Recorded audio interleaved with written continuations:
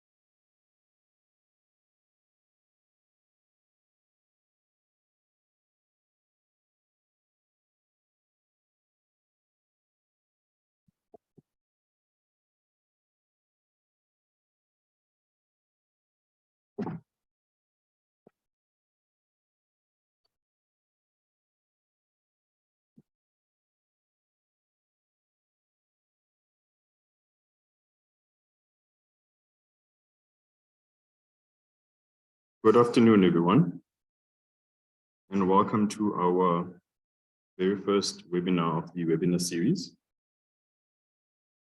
We've got a few people that are still coming in, but I think in the interest of time, and glad to see that there's already quite a number of people already who's joining us online, so we would get going. So this is a webinar, the first of a series where we have 7 that are going to be presented.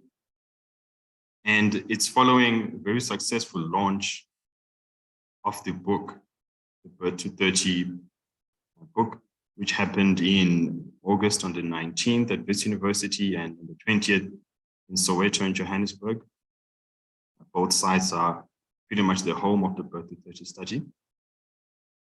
And so coming out of the very successful launches, we are now holding these webinars to extend the conversation to most of our stakeholders people that are really interested to delve deep and understand more of what the research is all about in the Bt30 study.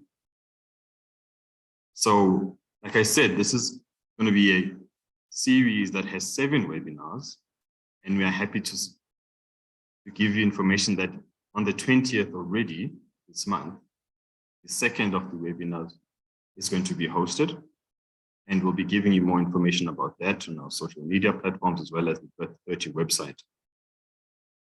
So we are very excited that you are joining us, and we're confident that our speakers that are going to be joining us today will also be doing justice to this platform and giving you very good information.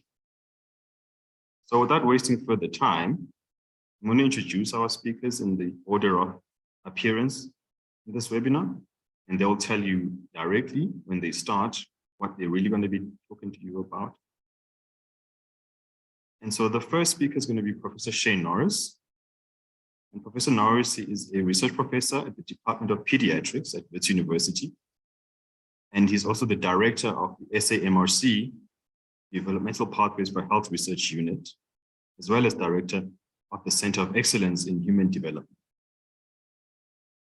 And then we'll have Dr. Lukhanyo Nyati also speaking to us, and he holds a PhD from Wits University, which focus on longitudinal modeling of the adolescent growth spurt of the birth to 20s cohort. He's currently doing his postdoc fellowship at the DPHR unit at Wits University. So without further ado, I will now hand over to Professor Norris, who will start the conversation for us, and following that will be Dr. Lukhanyo Nyati. We'll take questions right at the end of the session, where you'll be allowed to put your comments or questions in the Q&A sessions, and later on we'll allow some people to also speak and ask questions directly. Professor Norris, over to you. Right, many thanks, Letu. I'm just getting myself organized with the presentation. Great, so that should be up on the screens. All right, fantastic. Well, many thanks for the introduction. It's great to kick off this webinar series. And let's see, just move there we go. Following the book launch, as Letu mentioned, the book is now available. And in a way, the webinar series continues this conversation. What Linda Richter did incredibly well with this book, and I really do hope you'll get a chance to read it because it's an incredible, fascinating journey. She's really woven 3 interconnecting threads. First is the kind of incredible transition South Africa was going, starting in the 80s and progressing through the 30 years of the cohort. And she interweaves this backdrop of what was happening in South Africa with the setting up and the running of the Bt30 birth cohort. And so she interjects the science and the people behind the science in the book.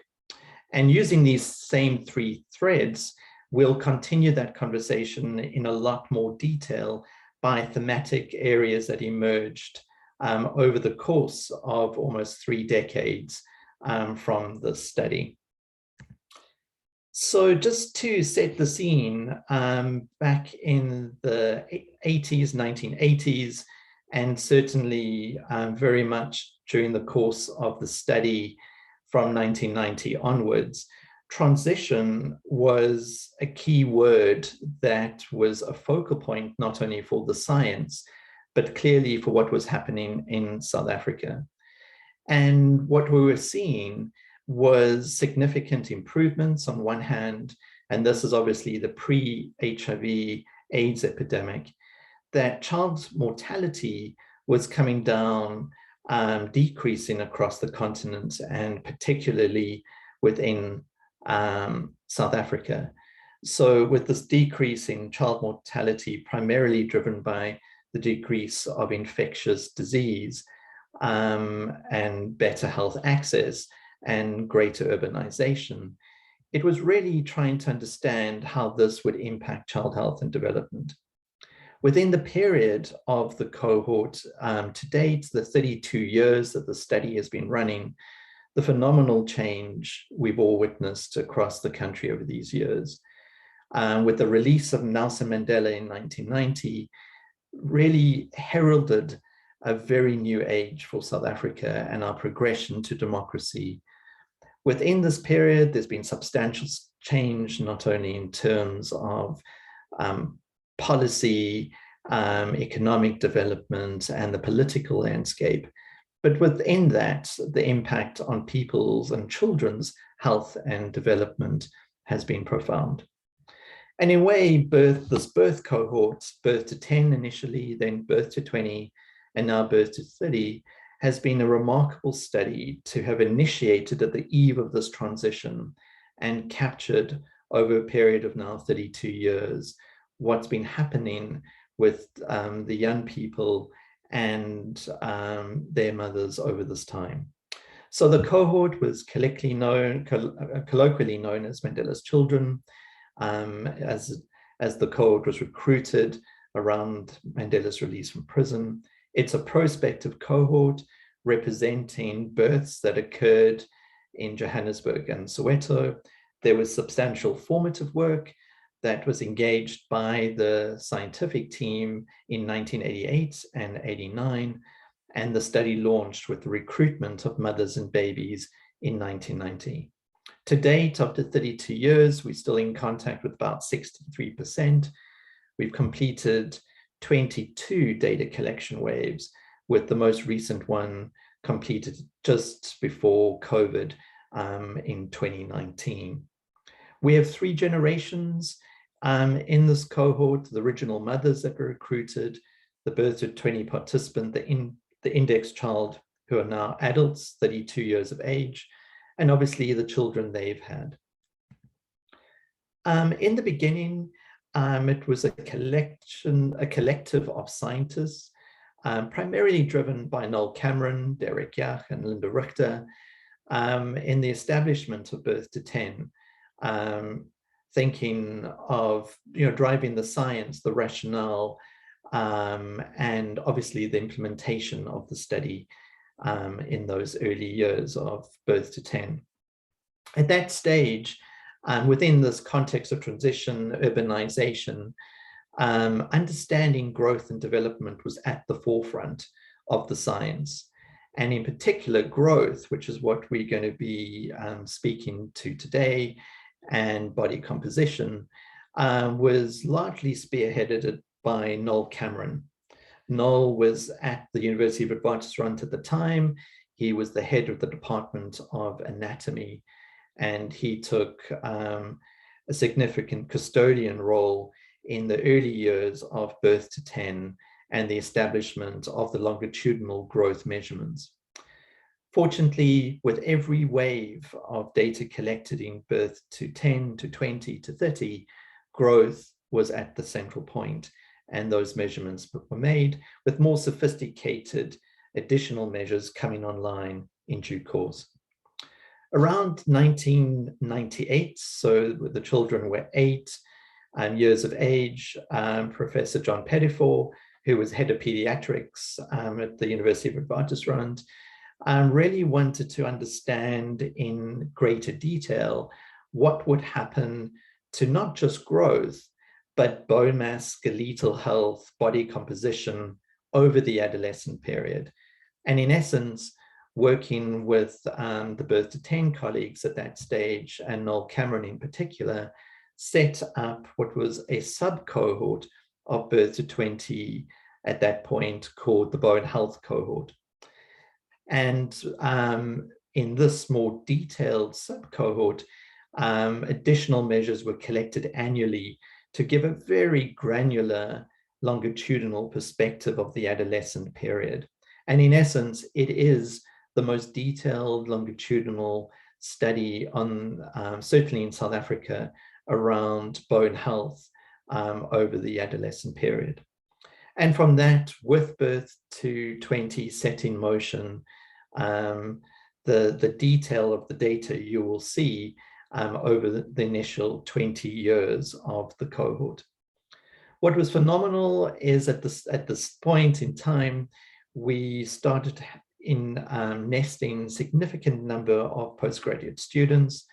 In addition, Paula Griffiths, who joined Loughborough University Noel Cameron's team around 1998, became more significantly involved in the bone health cohort with Noel.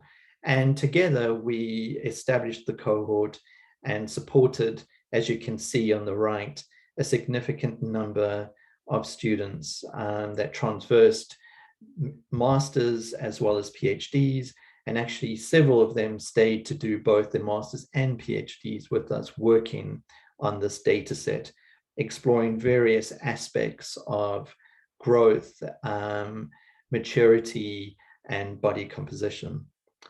What's really phenomenal is this cohort of postgraduate students are indeed very successful in their own right, with several of them staying part of WITS.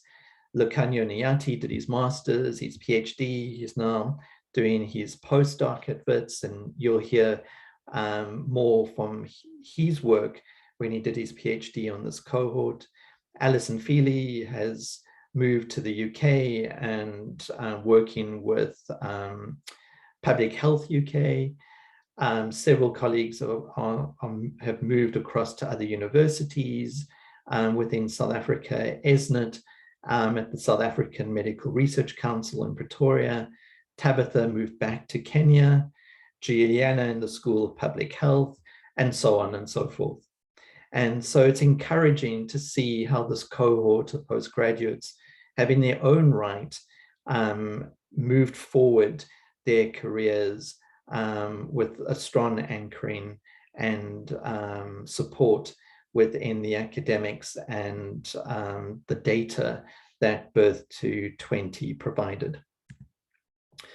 So to move on to the topic we're going to be discussing in more detail today, which is around growth, I just want to kind of position a little bit of background information as to why should we study growth. And in a way, at the heart of studying growth is really understanding variation. And you'll see that theme of variation, biological variation, come through in the slides that follow. In essence, what is helpful around the marker of growth, be it linear growth as height or weight, or combination of weight for height, is that in the growing period, through from birth to the point where the growth plate fuses and linear growth stops at that point, is a very specific biological pattern. It's very strongly governed.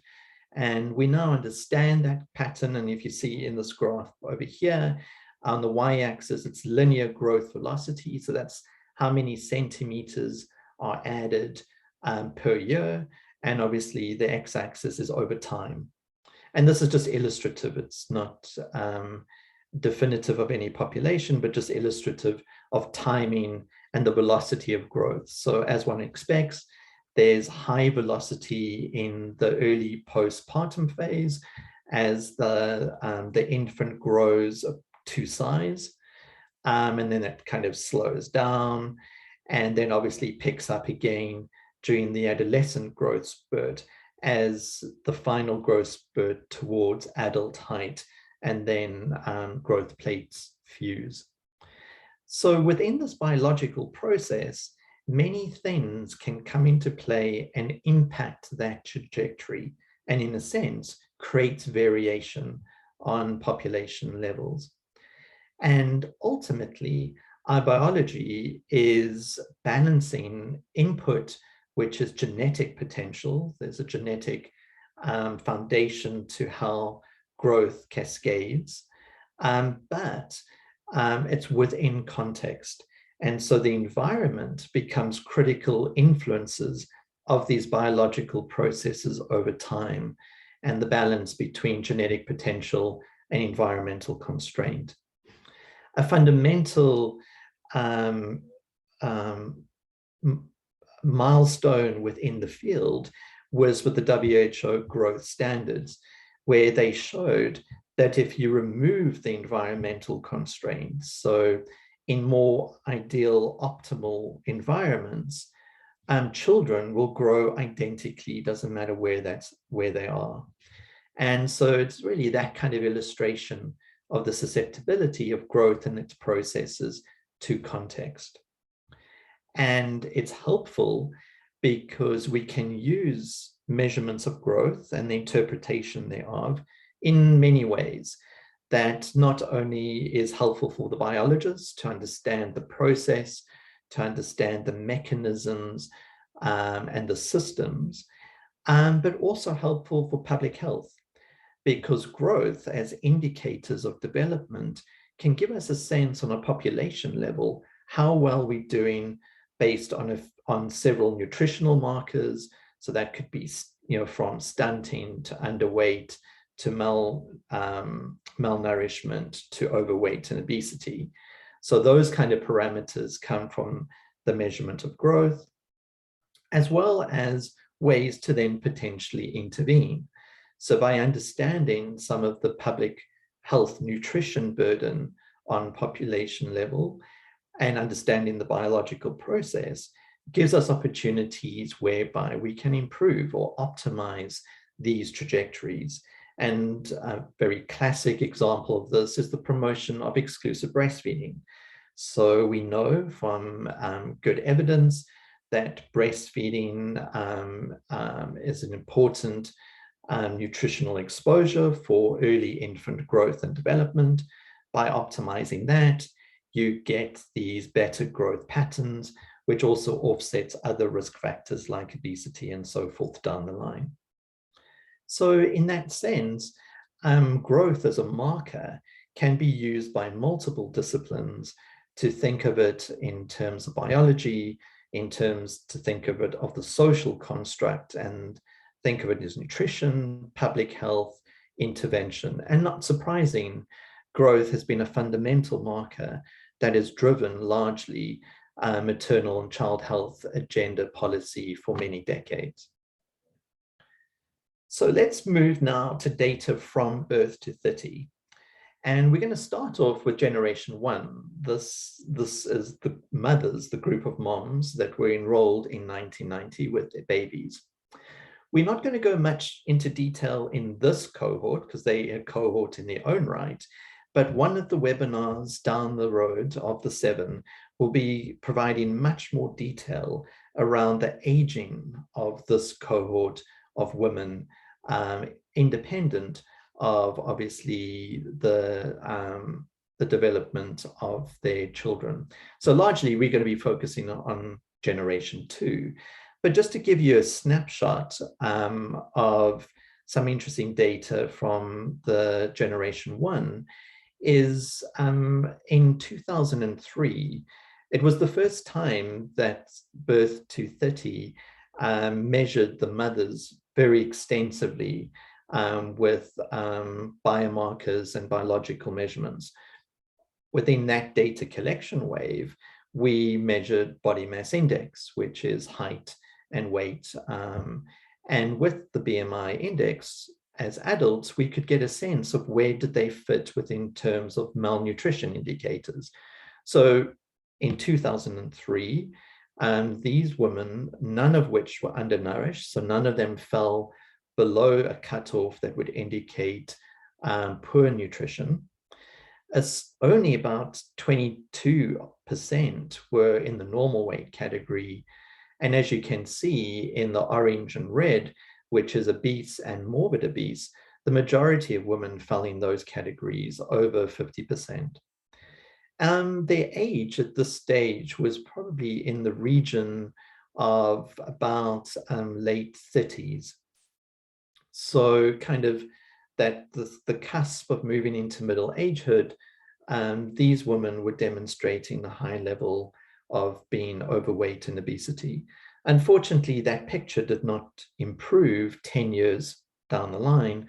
So this is longitudinal data showing how these proportions shifted 10 years further. And as you can see, the growing proportion of obesity and morbid obesity was substantial, and the decrease of women in that normal weight. And this has multiple impacts for their aging, their health, and that's a story for another day. But moving now on to the index participant, the birth to 30 generation 2. And that's really what myself and Lukanya will be sharing data with you today. In this snapshot, and I'll be focusing more on the kind of public health aspects of overweight and obesity, and Lukanya will give you more detail around stunting, linear growth, and so on, and body composition measures.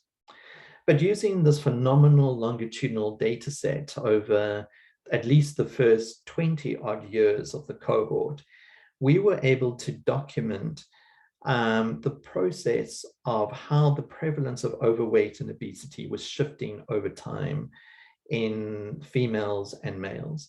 And as you can see, the big divergent point starts happening as these young people move into adolescence. With the onset of puberty and that developmental phase, there's this real significant divergence between females and males, with surprisingly high prevalence by the time these females are young adults in the age around 22. So by then, almost close to 40% of these young women are either overweight or obese.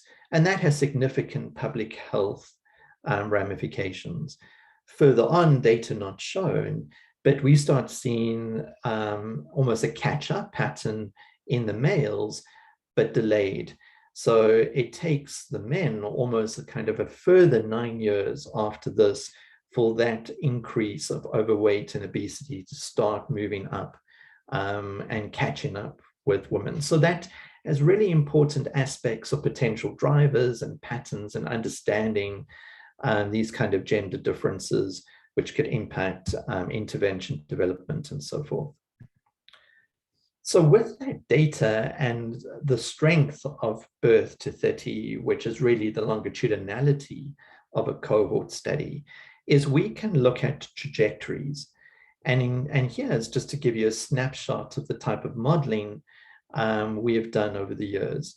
Here we've taken BMI and taken age on the x-axis, and through modeling, we've are able to identify 4 distinct groups, and this is particularly in the girls, with regard to the pattern around BMI. And as you can see with those groups is we have, so these are the ones in kind of, so firstly to highlight the dashed line, which is mirroring the kind of cutoff line for morbid obesity. Then the purple dash would be for obesity, and the kind of lower dash would be the kind of more normal weight cutoff. And so that just gives you a sense of where BMIs would be located into those categories.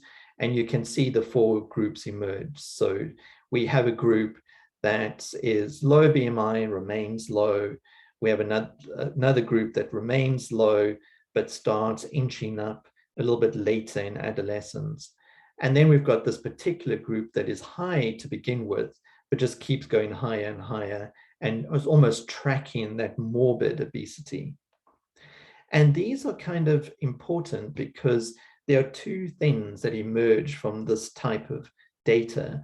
One is categorization in terms of the extent of whatever category you're looking at, in this case, obesity or nutritional status. The next is temporality. And that's really important because that gives us a sense of trajectories, when things start, when things end, and that elucidates also potentially to points in a life course that we could intervene. So given those trajectories and given the fact we know the outcome in terms of obesity or nutrition status in adulthood, we can look at things that are more predictive of those aspects. And in this slide, that was done by work was done by a PhD student, Elizabeth, who's now at CDC in Atlanta, has really tried to show that these trajectories are, not surprisingly, influenced by weight status earlier on in the life course.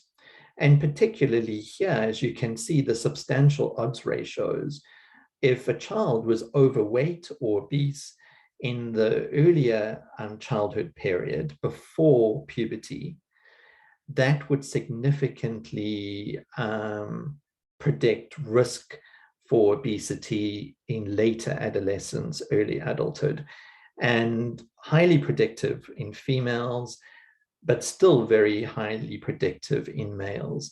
So that's starting to give us this picture of, we can understand burdens of different nutritional conditions, we can understand patterns, but we can also understand what impacts these patterns, and that life course longitudinal focus becomes clearer, and certainly has for us as the data has been analyzed more and more in this way. And so just to kind of really highlight this variation, this variability, and why it's so useful to try and understand, is here are 3 participants from birth to 30. They are almost identical in age. The fortunate thing about the cohort is that they're only really about 7 weeks apart from the first recruitee to the last in the cohort. It's a nice tight age range. So here you can see they are of similar age, but you can clearly notice 2 distinct things: differences in linear height and differences in pubertal development. And really, that's another critical aspect that we began teasing out within the cohort, is the variation of what's driving certain processes, and puberty and maturity being such an important driver, particularly for the adolescent phase. And so if we look at age of menarche, a very classic indicator of onset of puberty, particularly for girls, we can see that in the birth to 30 data, compared to other data sets in South Africa, that's in the gray shaded bars, how dramatically the age of menarche has decreased over the decades. And that is a pattern we've observed all over the world. As conditions, economic, nutrition, health improve within the population, there's this downward shift in the onset of puberty, and in this case, age of menarche. And that's useful to know what's happening on the population level. But again, even though this may be an aggregate for the population, there's variability in that, and understanding that variability is important. So that's what we indeed did with this data. So again, Elizabeth took pubertal data, and doing latent class analysis could identify groups that emerged.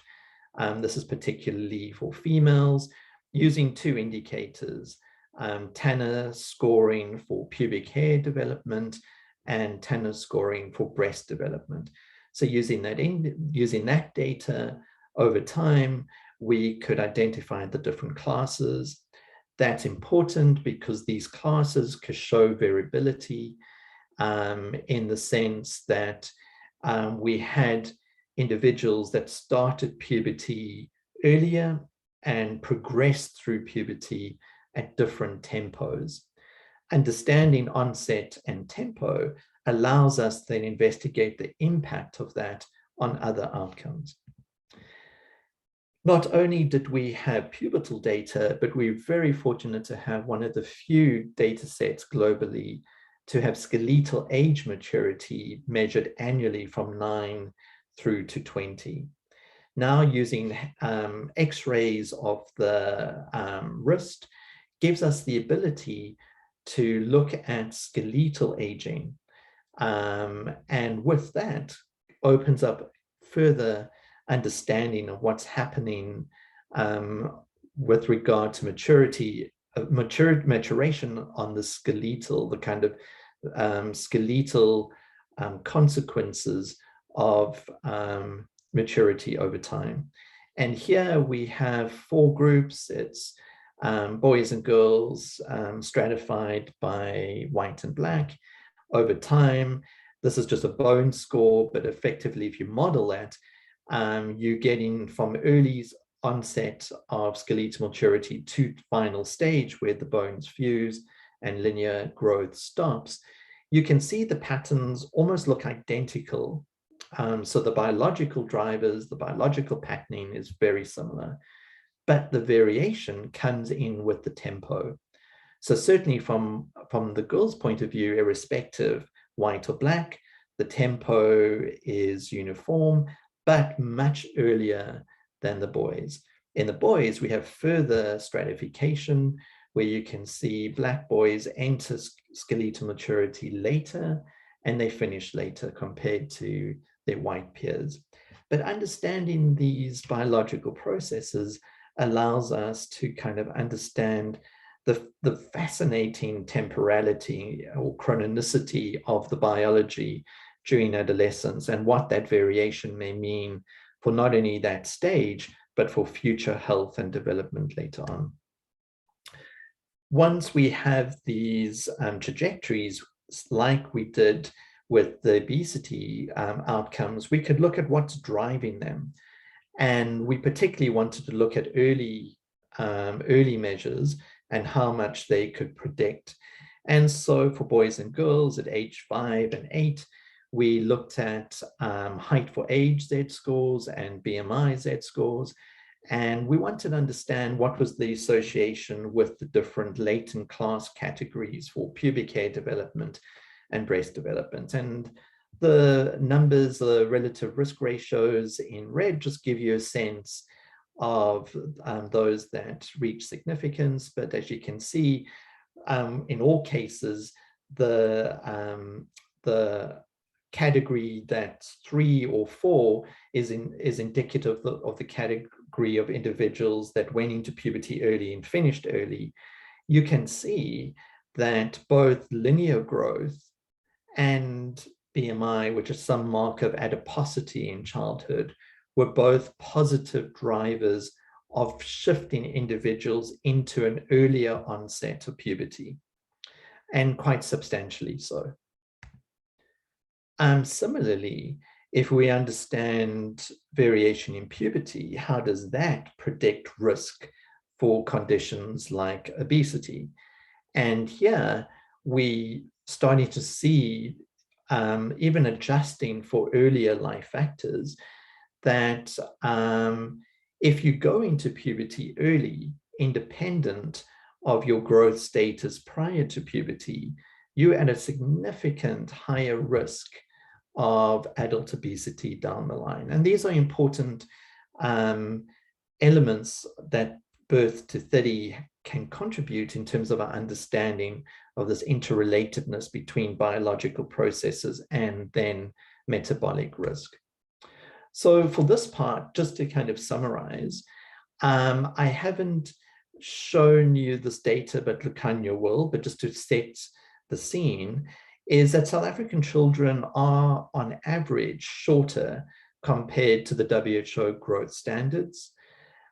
So our environment is still constraining linear growth. However, among Black South Africans, if we look at secular trend data over 40 years, we are seeing a very positive shift in increase in adult height. If you compare birth to 30 adults compared to earlier study data, quite substantial. But both adiposity and linear growth are associated with earlier onset of puberty. This relationship can emerge as young as 5. So age 5-year drivers are already impacting future events. The BMI association was much stronger in females, in males, partly because we see this divergence and higher risk of obesity in females earlier. But in essence, taller children with faster pubertal development are not height advantaged. And this is seen both males and females. So even if someone starts puberty earlier, they're not necessarily going to be taller compared to those that start puberty later. But in females, an earlier onset of puberty is more predictive of adult obesity. So just to start summing up, so this work, and in a way, I'm just touching like snippets of the surface of it. And there's many papers which you can look at, which gives the granular detail of how we piece the stories together. But the value of looking at growth and its different indicators over time is it starts giving us a true sense of understanding life course connections and what that means for health, but also what that means for potential public health interventions.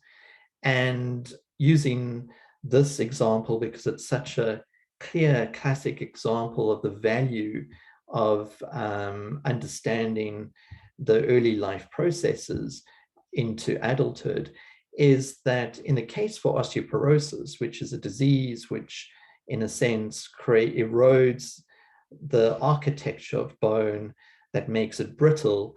And if you then look at this chart on the right-hand side, gets to a point where an individual is at risk for fracturing. When you reach that point, you're at risk for fracture, you likely have osteoporosis, and that's a critical morbidity and has certainly an impact on mortality. But we understand that the pathway to that point can vary. And particularly the set point, the kind of peak in bone development, is actually set very early on in adulthood. And it's primarily driven by all the things that happened before. So here you can see two pathways. One individual that, given the earlier life adolescent conditions, lands up with lower peak bone mass, they move into that fracture risk zone as an adult at a younger age compared to the solid line where the risk for fracture is delayed. So obviously understanding all those components that happen prior to the establishment of peak bone mass is really important. This is an example for osteoporosis, but you could apply this basically to any major non-communicable disease, obesity, hypertension, cancer, and so forth.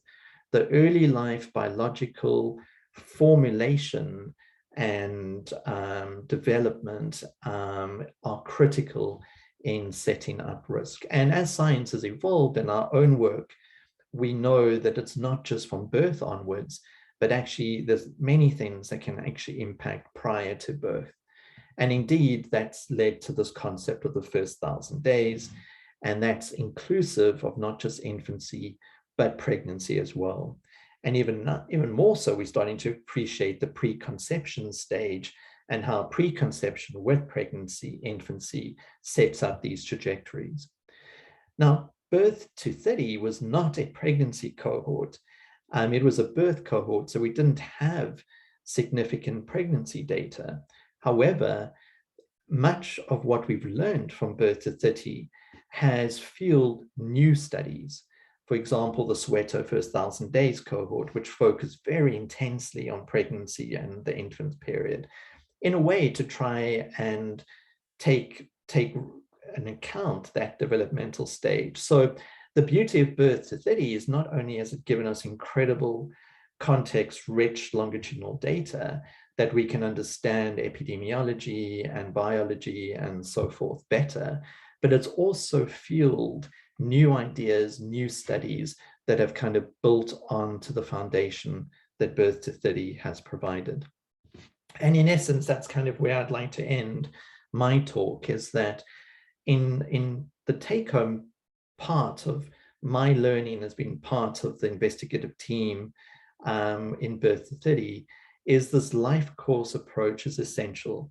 It recognizes the interconnectivity and that there are certain phases in our development, biological development, that are much more plastic, particularly the early life is the developmental processes happening at that stage are much more malleable. As we lose plasticity across the life course, things become more set and trajectories then follow. But these stages are all essential. So to understand adult disease, we really need to understand everything that has happened prior to it. If we're thinking of changing in terms of prevention strategies, dealing with the disease in the aging adult is in some ways too late. We can manage the condition, but we can't shift population risk. To shift population risk, we have to go earlier. We have to intervene earlier. And Bt30 provides us with some of the insight to where these levers could be. And in a future webinar, we'll be talking much more around these developmental origins of health and disease, and how Bt30 has informed that science, and how we're using that science to now drive a whole host of new intervention agendas. And that's really exciting. So I hope you'll join us for that webinar down the road. So from that end, I would like to thank you very much for attending today. I just want to recognize this is not the full list, but just some of our core funders over the remarkable 30 odd years that Bt30 has been going, and really appreciate that funding support. Without that, we would never have managed to pull this remarkable study off. And the good news is we hope to continue. So we are already planning a future data collection wave as these adults and their families age, and understanding the intergenerational effect across these generations better. So watch the space. Hopefully there'll be more data and insight to follow, but just appreciation for the funders, the remarkable participants that have stayed part of the study, and an incredible vast number of staff, students, and scientists that have come and gone over these 32 years. Thank you.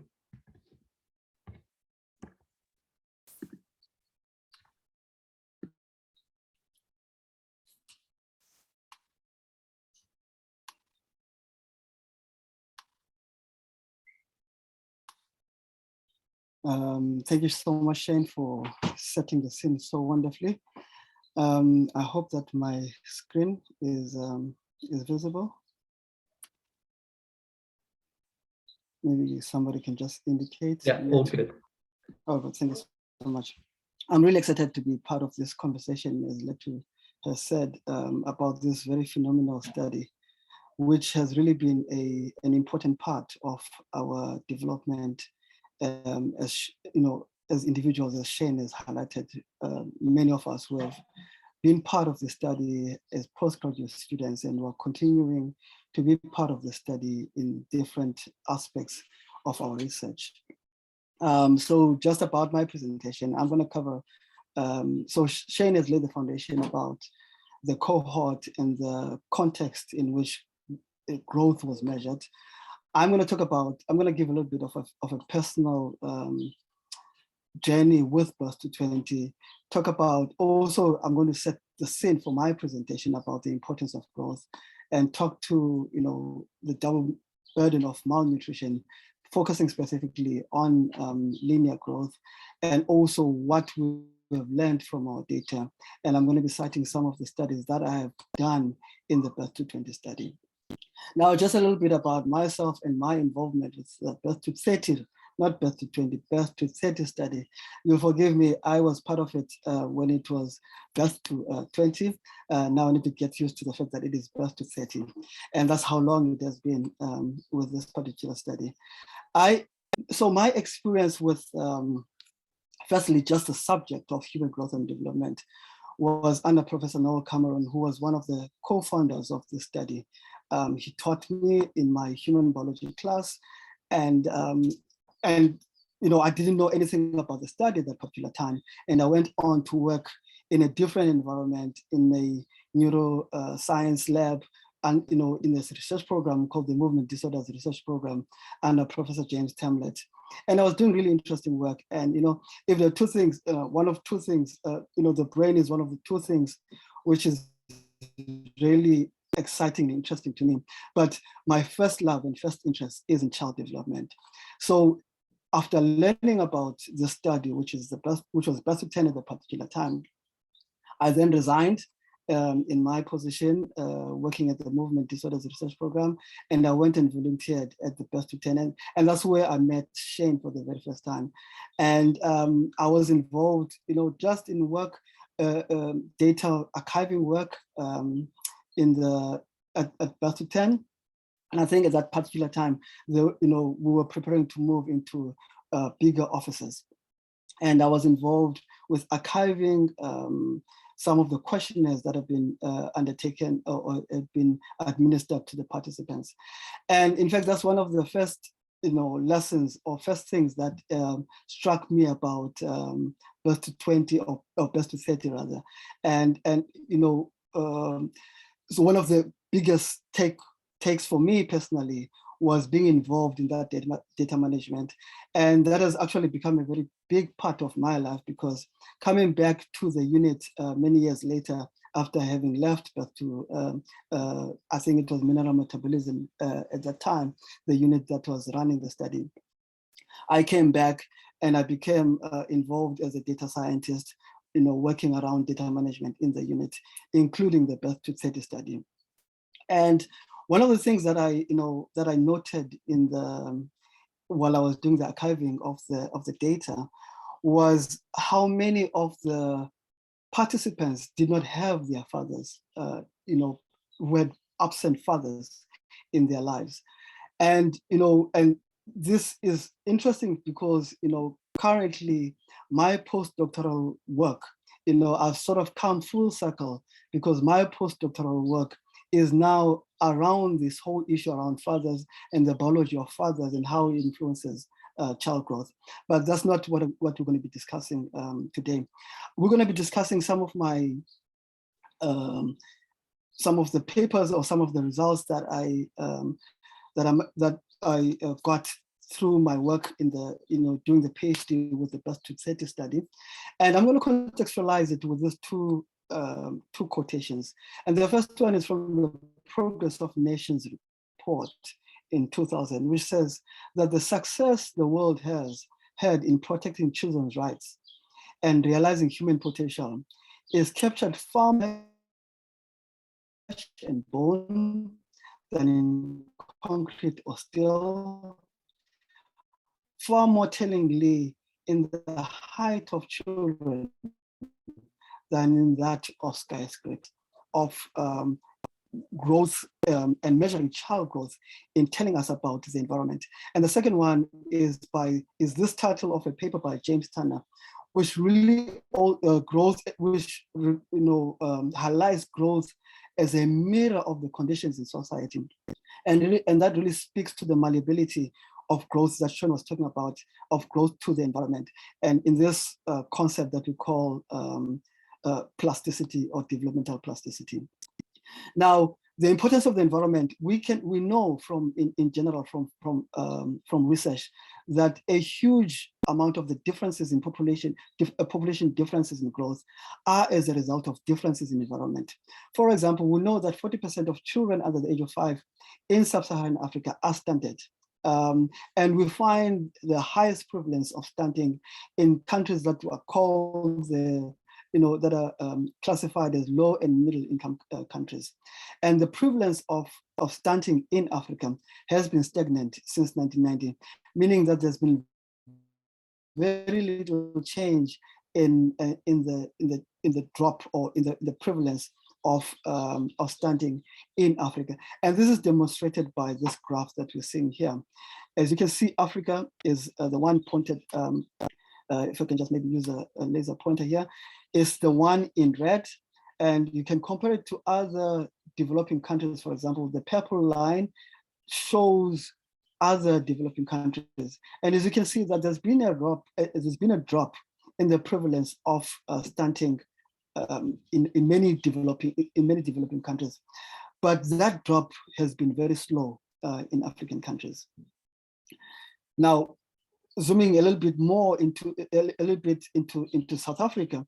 Now, South Africa is classified by the World Bank as a high middle income country, as an upper middle income country. Now here, this slide shows prevalences of stunting in different country categories or in different country income categories. And as you can see, that low income countries, low middle income countries and low income countries have by far the highest prevalence of stunting compared to upper middle income countries, with high income countries having the lowest prevalence. Now, South Africa at this particular time, and this is data from 1990, as you can see, South Africa being classified itself as an upper middle income country had a prevalence which is similar to that of other upper middle income countries. But the surprising thing about South Africa, if you move forward to 2017, is that the prevalence, while the prevalence of other upper middle income countries has dropped significantly, that of South Africa has made very little drop, from about 31% in 1994 to about 27% in 2016. Now, this speaks to the importance of this in this headline of the study of this news article. We said apartheid's legacy stunts Black children. So the history of South African children is really what is influencing the history rather of our country, and the environment in which children grow up is really what is influencing our the development of children and the heights to which we reach as adults. Now, switching and going to the opposite end of the scale in this double burden of malnutrition scale, we also have a rising burden of overweight and obesity, with 60% of the 2 billion overweight and obese individuals worldwide residing in developing countries. And this is also affecting children, with 81% of children who are overweight living in developing countries. And this prevalence is higher in continents like Africa compared to Asia. And so this is contributing to what we call the double burden of malnutrition, where you've got high prevalence of stunting on the one side, as well as a high prevalence of obesity. And this has been shown by, so this rising prevalence of obesity has been shown by secular trends, positive secular trend in BMI.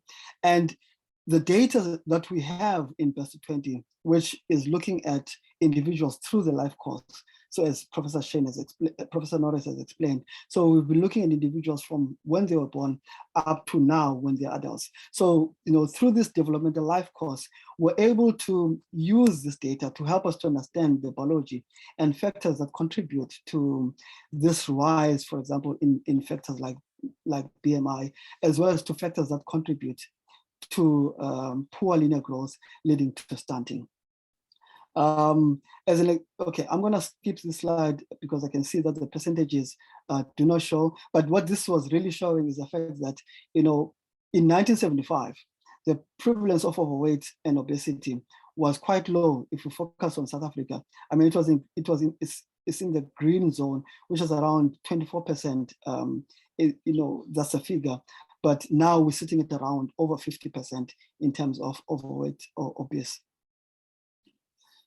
Now, what do we learn from, what do the data from the Bt30 tell us?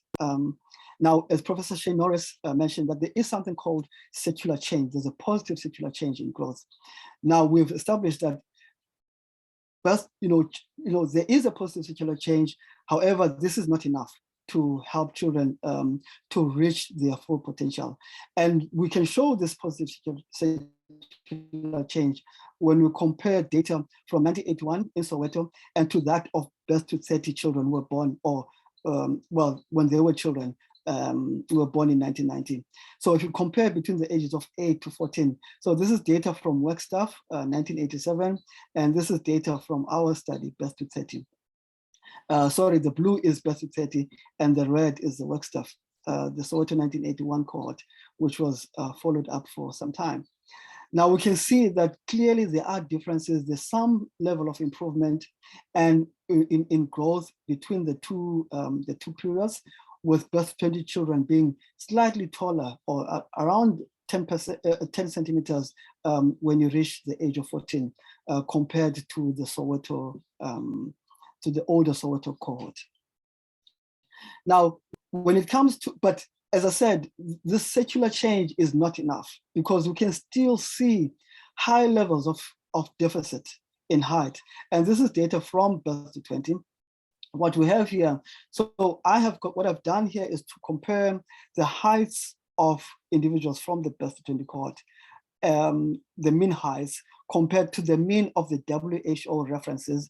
So between birth and 5 years, we're looking at the WHO standards, the World Health Organization child growth standards. And after the age of 5 to 19 years, we're looking at growth references.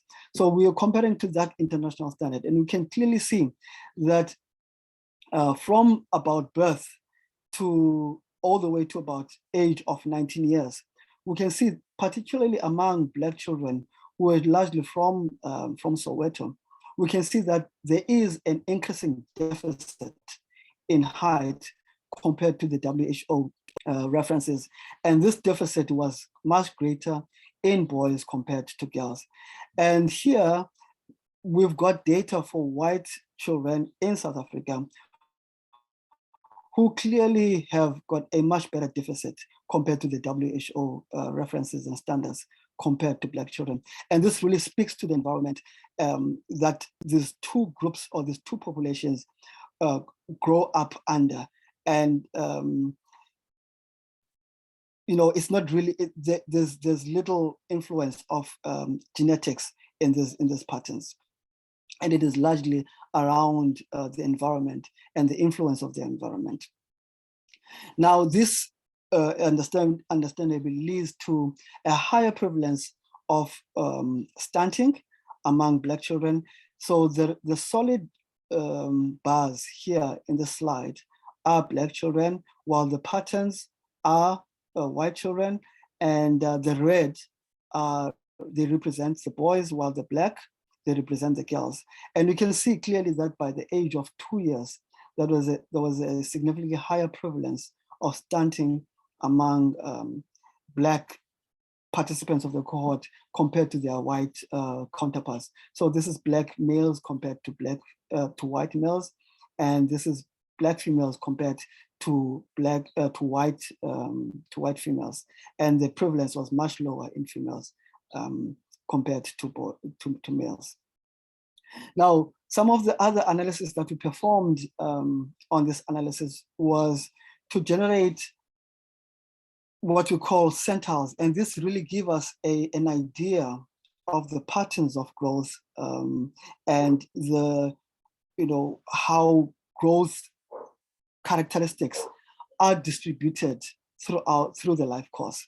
And here we've got growth centiles that we generated for height, and we compared those for the birth to 20 cohort for Black and white participants to those of the National Health and Nutrition Survey from the United States. So we compared this to an international reference, just to compare, to contextualize the growth of the participants in our cohort. And as you can clearly see that there were discrepancies from around the age of 2 years, right up to the age of 20 years in growth, and this is height. So the centiles that I have here, we've got 3 centiles. So this is the 50th centile, which represents sort of the median or the median or the sort of a central measure of this particular characteristic. In this case, it is height. So this is the average if we use a more common language. So this is the average growth. And this here, the upper line represents the 95th percentile, and the lower line represents the 5th percentile. And so what that basically means is that children who are growing along this line are taller than 95% of the sample. And children who are growing here are only taller than 5% of the sample, and children who are growing along the 50th centile or the average of the sample. As we can see, the 50th centile of Black, so this is boys and this is girls, and the blue here represents Black children, the red represents white children, and the dashed lines represents the enhanced data.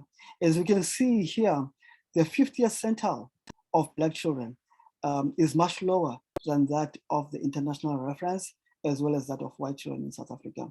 And that is the case in both boys and girls. But we can see something, if we look quite closely, we can see that this discrepancy or this deficit is much greater or is more pronounced in boys than it is in girls. Now, when we move on to weight, we can still see the same pattern in boys, in the sense that the 50th centile of the of weight of the median for weight for Black boys was still lower than the average of the enhanced data and that of white boys in South Africa. But in girls, we can see that they have they grow along, their 50th centile grows along the 50th centile of both the international reference as well as South African white females. So this really talks to this whole issue of secular change in body mass index in weight and body mass index, which is more pronounced in females in South Africa as well as in other low and middle income countries. So the prevalence of obesity in South Africa and in some low and middle income countries is more biased towards females compared to males, whereas you do find that in some high income countries that is biased towards males compared to females, and in some high income countries it may also be biased towards rural than urban populations, whereas in our setting we find that the urban population, and this is really talking to the need for setting up this study, the Bt30 cohort, in looking at the impact of urbanization. So we find that in our settings, the urban environment is a huge driver of these secular changes in weight and BMI. Now, one of the other things that we did was to characterize how children grow during adolescence, because adolescence is an important a period and one of the critical periods, particularly for the development or for the risk of developing obesity. But here now we are looking only at height, and one of the things that we are able to do is to characterize the adolescent growth spurt. So what this is basically telling us is, it tells us several things. So it tells us how tall children are at a particular age or at particular ages. It tells us how fast they're developing, and it also tells us how early or late they're developing. And if I can just guide you through the slides here, the red solid line is white children, the blue solid line is black children, and the dotted line, so this represents the distance curves, as we call it. So basically it tells you the size, how in this particular case, how tall are you at a particular age. And as you can see that, through life course, the height of individuals increases, but it reaches a particular age where it plateaus. And this is the time that Shane was talking about earlier, when the growth plate closes and growth scissors. So around this particular age, we have got the scissoring, the growth which scissors, and the height of individuals is maintained at the same level. But as you can clearly see, as we've shown in previous slides, that the clearly ethnic differences, which are largely driven by the environmental factors. But what you can also see in the slide is the timing in terms of growth.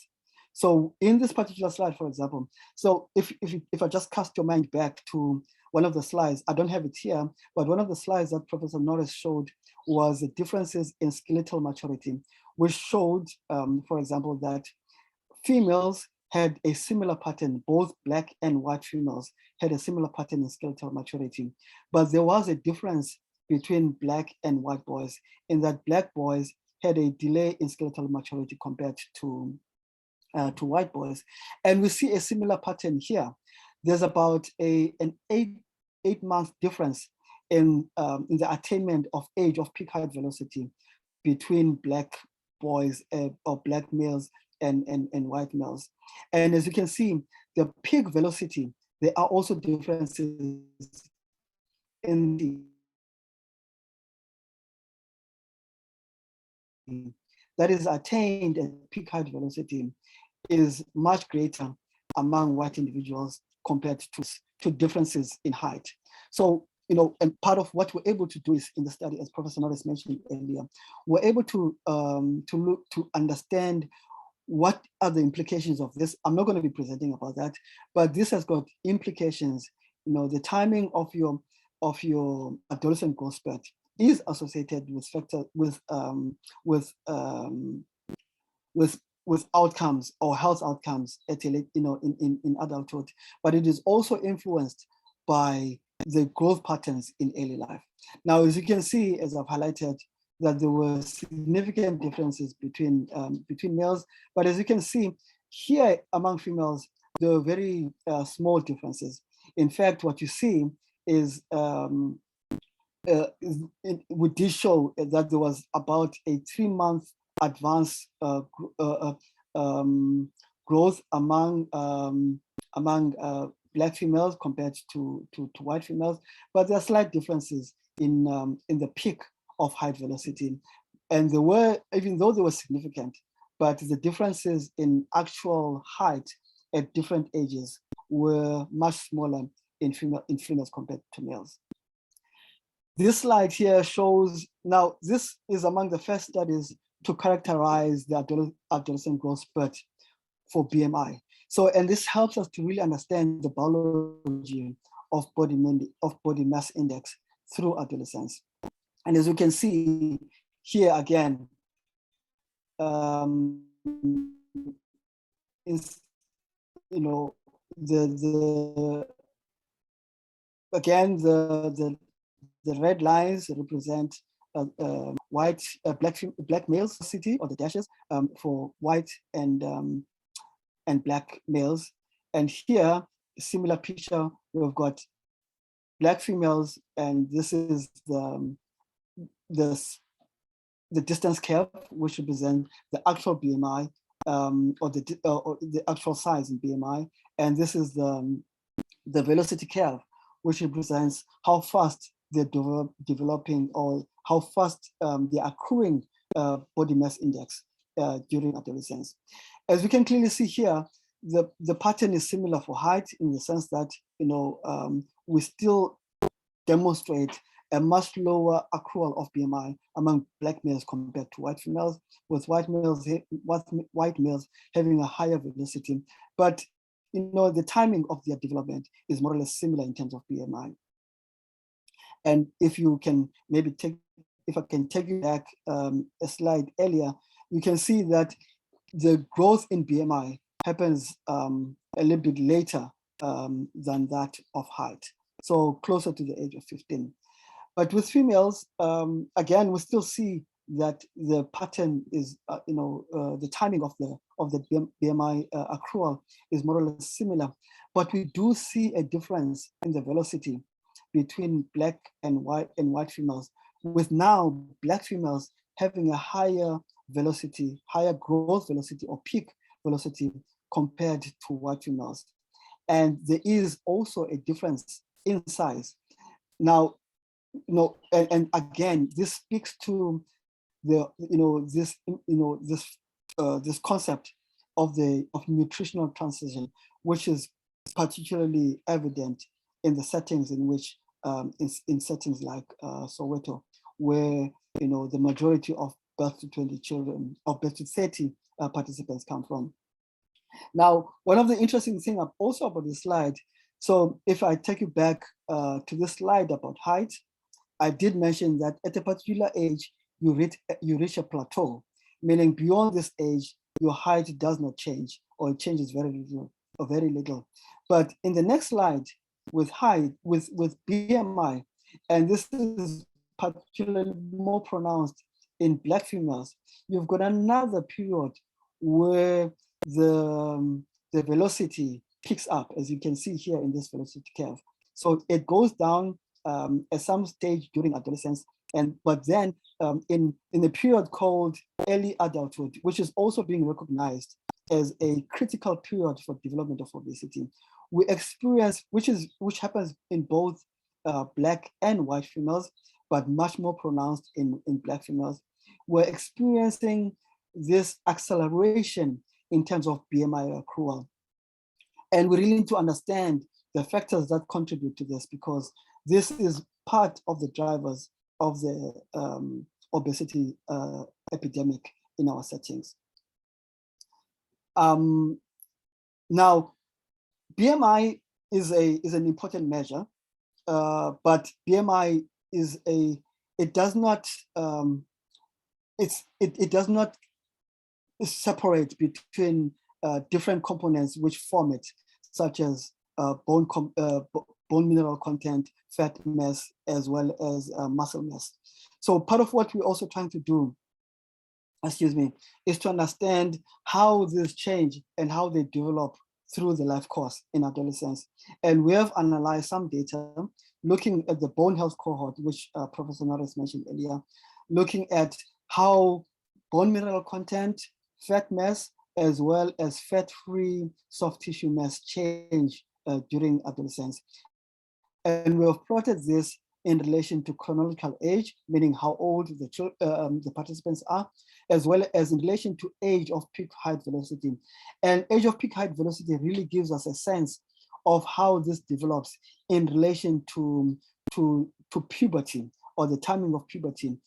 Age of peak height velocity is an important proxy for pubertal development.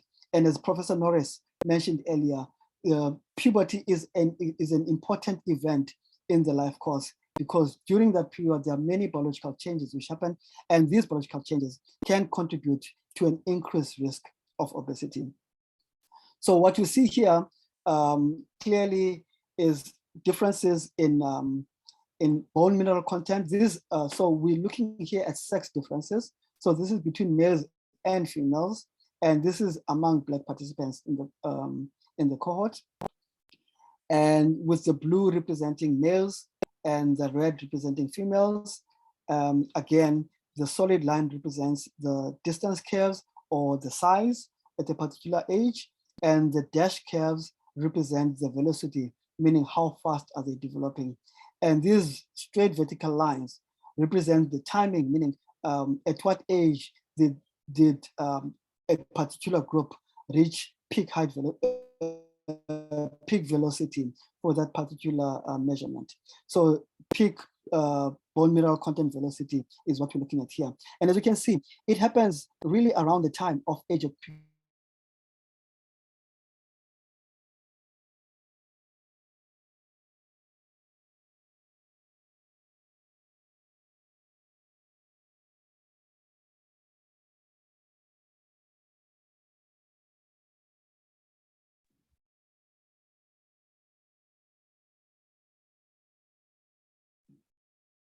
Hi, Leto, is Lacania still online?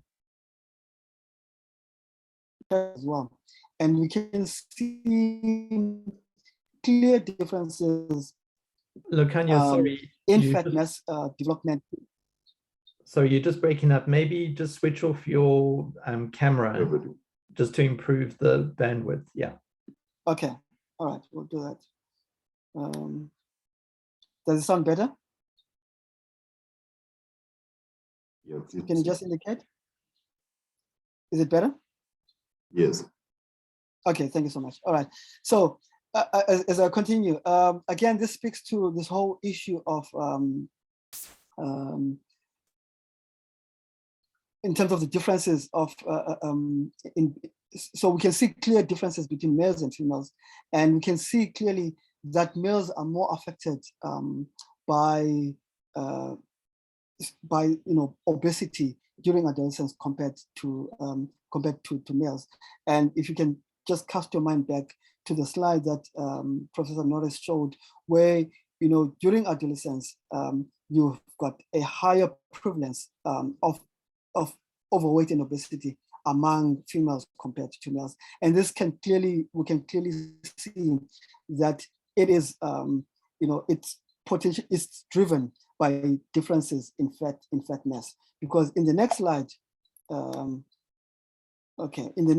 we see that fat-free soft tissue mass is much higher in males compared to females, which are in bed. And again, this happens around the time of peak height velocity.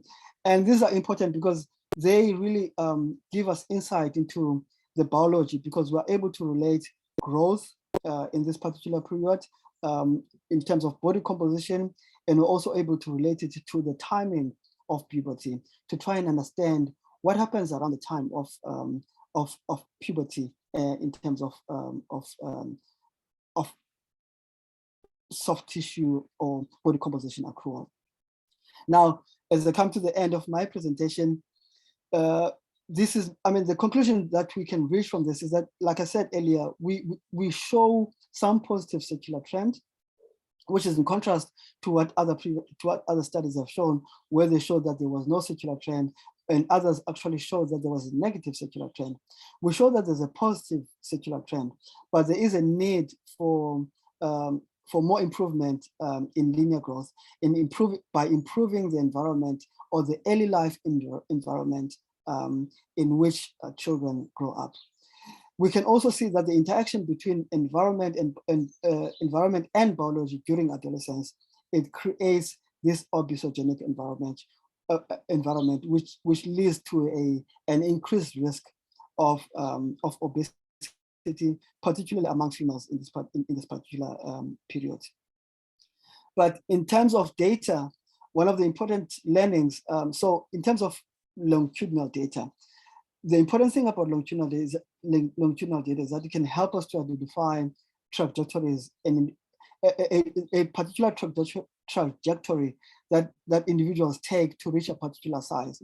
And this is extremely important because we're able to look back and understand which paths are more or make individuals more susceptible to adverse health outcomes. And also, I think now we are in the age of machine learning and all and AI and all of those fancy buzzwords. What we should be able to do with this data is that we should be able to develop programs that can help us take the trajectories that we have described, as well as the outcomes that result from those trajectories. By looking at that, we should be able to predict, before an individual goes through a particular pattern, we should be able to predict, which individuals are more likely to rather, if I put it a different way, we should be able to predict where individuals are more likely to end up. And these are areas where I believe that this type of data, longitudinal data, can lead us and can take us in the future.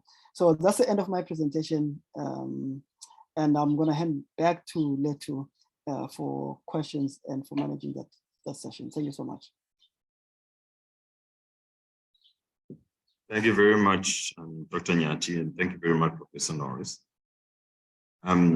Yeah, it would be quite difficult to stop you from speaking there. Perhaps it was quite naive of us to think that we could have a really good session within just an hour. But we still have some people around, and so we'd like to just open up for up to 10 questions that could be voiced over the virtual platform. And please also feel free to post some of your questions in the Q&A platform, because then our speakers will be able to directly answer. So I already have one hand up, and I'll be able to take that person in a second. So how we're going to do this is you will raise your hand, and then I'll recognize you, and then I will open up the platform so that you can be able to speak. Then you will say who you are posing your question to, and you pose your question. You take up the 3 questions, and then you have responses from the speakers that are concerned. So to start, thank you to our panelists. If anybody has a question, please raise your hand, and I'll be able to then direct it to the relevant person. For now, we have a question from Kate Rich, who asked Professor Norris, has any research been done on whether socioeconomic status and other early life conditions are associated with age of menarche in the 20 or 30? That's the first question for you, Professor Shane Norris. And I recognize Marilyn, who I will take after Professor Norris. Great, thank you. Thanks, Leto. Thanks for the question. Let me just see if I can get my camera back on. Yes, we have looked at that.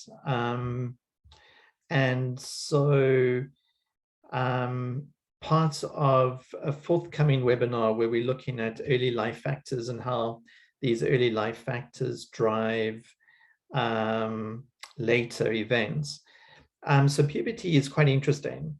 So there's almost a kind of hierarchical relationship with socioeconomic status, and it's in many biological processes, this is what you find. So you have socioeconomic status as measured by a variety of measures, and that sets several points into motion, several cascading elements. And so there's often many intermediates, and then you've got your outcome. So if we say, for example, we want to look at the relationship between socioeconomic status and puberty, many of the intermediates is actually growth, and that's both linear growth and weight. So as one can imagine, socioeconomic circumstances are influencing earlier growth, weight gain. They directly impact puberty.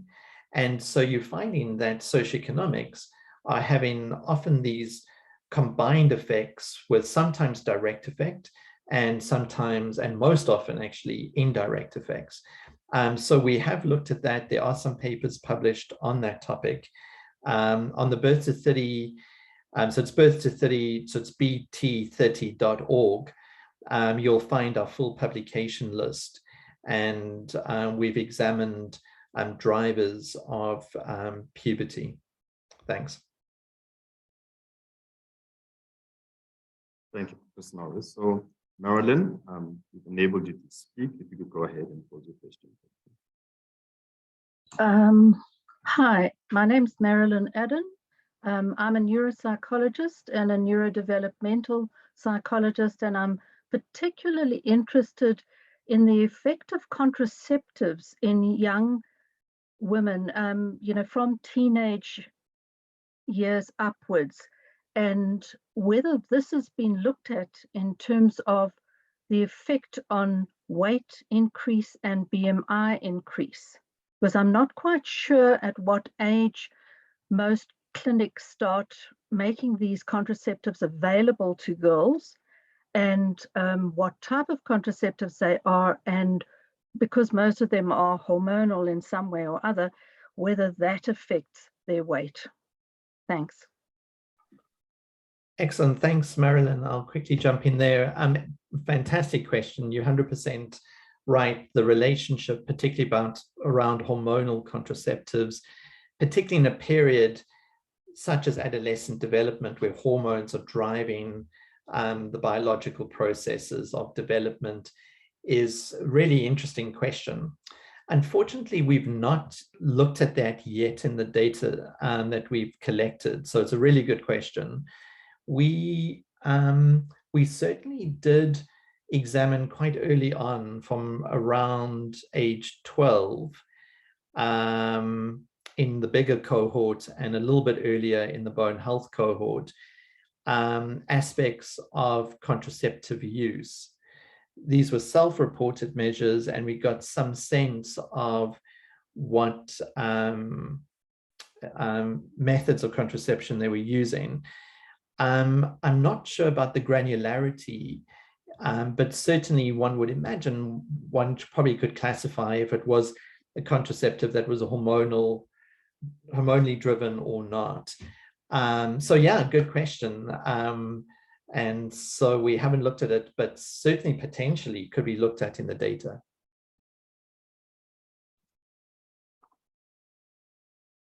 Thank you, Professor Norris. So in the absence of any other hand, I do not see any currently. I'm assuming that we do not have any questions going forward. Then I would just like to give our panelists a last chance if there's anything that they'd want to say before we then do the conclusion. Please go ahead, Professor Norris, hand over to you again. Great, thank you. Thank you very much. Just looking at some of the chats, I think the issue of attrition is really important. We've had relatively low attrition considering it's 32 years. I mean, multiple strategies are needed. We have published a paper on how we minimized attrition. That paper is also on our list on our website, which can give more detail to the strategies we use, particularly during the adolescent period and the creation of engagement with these participants. But certainly in cohort studies, it's the essential element is retention, other than obviously data quality and such. And Bt30, I think we've learned a lot, obviously trial and error and constantly adapting. But at least there's one publication that details the approaches we took. And then really just the final point from my side is, you know, if one looks at it, it can be a bit overwhelming and complex. On one hand, I think the brilliance of Bt30 is the richness of data. But really the take-home message for me that hopefully we've shown you is, independent of the absolute numbers of such, is that there's this incredible orchestra that's happening between context and biology that's playing out in these patterns. So you're seeing this variation in timing and growth and weight gain and body composition. And the real take-home message to think about is the value of these elements, particularly in times of plasticity and major development, is that what is it really setting up going forward? And in a sense, is how do we use this knowledge to understand what are the levers we potentially could use to either adjust trajectories, optimize trajectories, and with that kind of adjustment, hopefully offset later disease. This is really just the tip of the iceberg.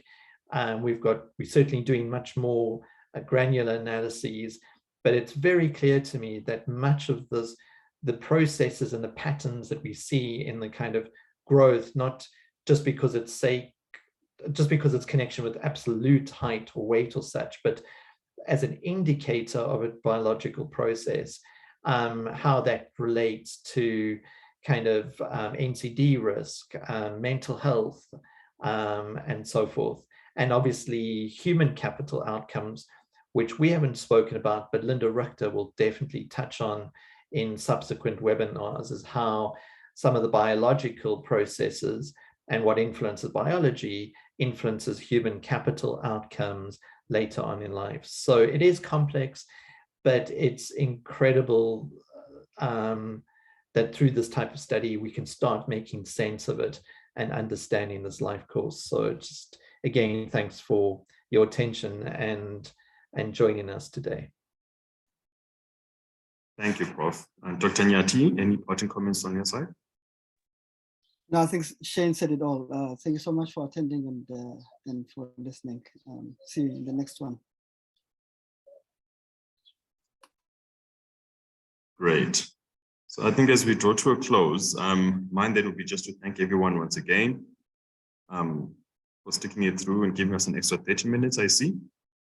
So our next seminar is going to be on the 20th, webinar, apologies, on the 20th of September.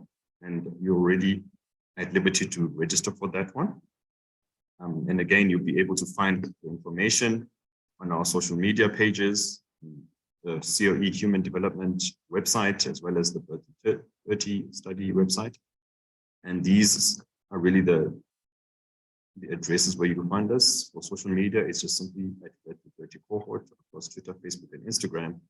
And this is the URL for the website. And then there was a question about what other seminar topics are we going to be covering. So we're done with the first one. So the next 6 include the early years, life course perspective on psychosocial determinants of mental health, exposure to violence and adverse childhood experiences, children on the move, developmental origins of non-communicable diseases, and then lastly, some of the cohorts, what have we learned from global consortium of birth cohorts. Closer to the time, within a week and a half of each of these, we'll be able to give you the exact date via your email, since you've already registered for this and we've got you on our database. And then also you'll be able to find information on our social media pages. And other than that, as Professor Shane Norris mentioned, the book is available for you to purchase online on Amazon as well as Smashwords. And you can just go on there, and the links that we've got up here again will be sent to you via email when we send you the recording of this session. Once we've uploaded it onto our YouTube page within a week or so, and you'll be able to get all this information. So other than that, thank you very much, everybody, for logging on, and we appreciate you for your time, especially the extra 30 minutes.